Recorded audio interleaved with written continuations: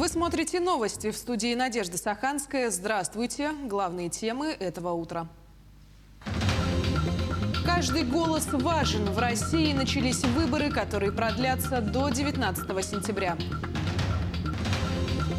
Первая цифровая и последняя бумажная. В октябре в стране начнется всероссийская перепись населения.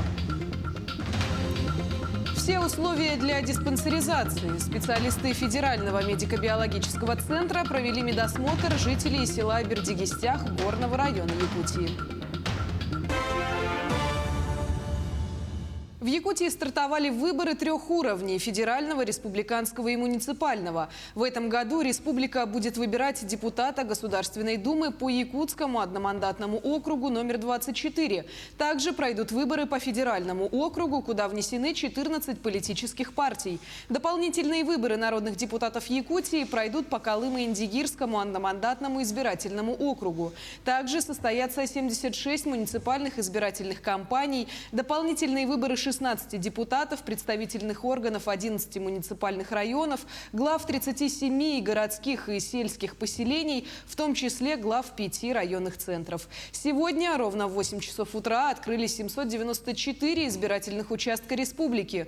Первые избиратели Восточной Якутии уже выполнили свой гражданский долг и опустили бюллетени в избирательные урны для голосования. Центр общественного наблюдения республики начал видеотрансляцию с 277 избирательных участков по времени Колымы, Алаихи, Момы и Аймикона с 6 утра по якутскому времени.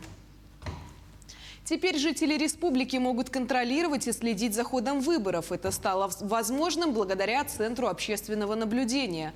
Республиканский центр будет работать в Якутске по адресу Курашова, 24. В Большом зале организованы все условия для наблюдения за ходом выборов. Имеется большой экран, куда выведены камеры со всех 277 избирательных участков. А Центр общественного наблюдения будет работать все 3 дня выборов и является открытой площадкой прозрачного и честного проведения большого политического мероприятия.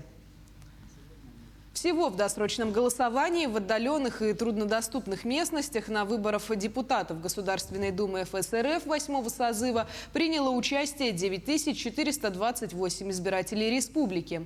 Напомним, что досрочное голосование шло с 29 августа по 16 сентября 2021 года. В России через месяц, 15 октября, начнется основной этап всероссийской переписи населения. Сбор данных уже идет в труднодоступных и отдаленных населенных пунктах Якутии. Таким образом, в республике относится 301 поселение, в них проживает более 126 тысяч человек, и в половине из них перепись уже проведена. Оставшиеся предстоит охватить за последние дни сентября. Переписчики вместо традиционных бумажных анкет заполняют формы на планшетах. Как заверяют в Росстате, цифровые нововведения не только упростят сбор данных, но и помогут ускорить их обработку и сократят подведение итогов переписи примерно на 1 год. Очень удобно. Да, вытащил планшет, быстро-быстро ответили. А в бумажном очень трудно, там очень много табличек, а в планшете нету такого. Сразу, уже по привычке пользуемся смартфоном, так и. В минувшие дни 7 специалистов Федерального медико-биологического агентства прибыли в Якутск. Цель отряда – помочь в диспансеризации волонтеров и добровольцев, принявших участие в тушении пожаров. Так, специалисты уже успели побывать в Горном районе и провести медосмотр для местных жителей. Продолжит Саргалана Неустроева. За услугами узконаправленных медспециалистов жителям села Бяскёль приходится ездить в районный центр. Это в 2 часах езды от села. Население в основном составляют люди пожилого возраста. Для них такие поездки затруднительны. Но благодаря отряду медико-биологического агентства удалось провести полную диспансеризацию населения прямо в сельской больнице. В Горный район прибыло 7 специалистов, из них 5 врачей, 2 средних медицинских работника. Из врачей это врач-терапевт, лор, окулист, невропатолог, эндокринолог. На помощь приезжим врачам прибыли и сотрудники Центральной районной больницы и Республиканской больницы номер 1 Национального центра медицины. С собой медики привезли диагностическое оборудование, благодаря которому жители смогли пройти УЗИ, ЭКГ и спирографию для измерения дыхательной способности. Бригада работает, все перезнакомились. Также дальше мы будем продолжать обмен опытом. И приезжие доктора тоже очень хорошо отзываются о Якутской городской больнице номер 3, на базе которой они расположены, о высокой организации медицинской помощи. Между тем, на пристальное внимание не только местного правительства и волонтеров, но и федералов жители села привыкли. К помощи относятся с благодарностью, а весть о том, что в деревню приехали медики для проведения медосмотра, разлетелась быстро. И уже в первой половине дня врачи смогли обследовать более 30 человек. Рада, что эта бригада федеральная приехала. Конечно, что они хорошо работают. Если бы никто не помогал, конечно, очень трудно было бы.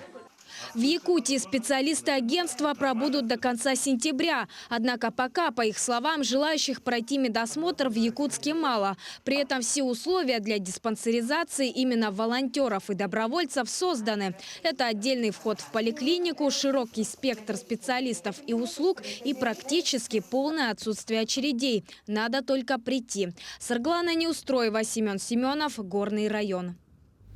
В селе Бердигистях Горного района за 3 последних года асфальтовым покрытием уложены 6 улиц по федеральной программе «Безопасность дорожного движения». Первый этап данной программы охватил 4 центральные улицы села. На днях организация «Горный автодор» завершила асфальтирование улиц Павлова и Советская. Данный отрезок дороги соединил микрорайоны МСО, Алынах и Чебдик с центральной частью села. Такие виды благоустройства, как асфальтирование дорог, ввод оптоволоконной связи и газификация села Бердигистях, только улучшают жилищные условия жителей.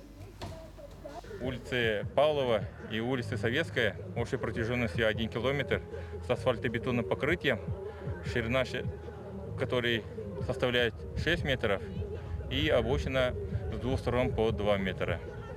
Категория 4. Которая отвечает 4-й технической категории. В Хангаласском районе в августе этого года заработал обновленный асфальтовый завод, который обеспечивает своей продукцией ремонт федеральной трассы Лена. В эти дни предприятие «Труд» завершает первый сезон и уже строит планы на будущий. Подробности узнавала Туяра Филиппова. На этом месте асфальтовый завод начал работать еще в советское время. Но потом, как и многие производства, в то время предприятие закрылось. В этом году его работу возобновил бывший инженер того завода, ныне генеральный директор общества «Труд» Анатолий Миненко. Закупили асфальтобетонную установку российско-итальянского производства, и 1 августа завод выдал первый асфальт. Единственный оператор завода Иван Федоров не без гордости показывает нам новое оборудование. Пойдемте в операторскую. Оборудование Siemens. Немецкая, работает безукоризненно. Управляется программа, запускается все с кнопочек. Допустим, можно запустить грохот, погреметь, да, вот там наверху. Я его запустил, видите, башня затряслась. Там сейчас, допустим, должен рассев. Элеватор можно запустить туда наверх. Бочку можно покрутить. Все крутится, вертится. Несмотря на то, что завод запустился позже запланированного срока из-за задержек поставок по железной дороге, сезонный план выпуска продукции, по заверению руководства предприятия, на днях выполнит. Качеством продукции производители довольны. Здесь сплошная электроника. Работаем, на кнопочку нажал и строго дозирует. Не обманешь ты его туда, присыпать того, не досыпать этого и так далее. Это отличие от заводов, этих от советского. Современные технологии производства позволяют еще и упростить весь процесс. Отсюда он поступает тот сушильный барабан, и потом в этой большой квадратной трубе, элеватор называется, засыпается наверх. Там стоит тот сам грохот, который рассеивает инертный материал и дозирует их в эти бункера. Бункера потом дозируется смеситель. Со смесителя уже выход асфальта готовый.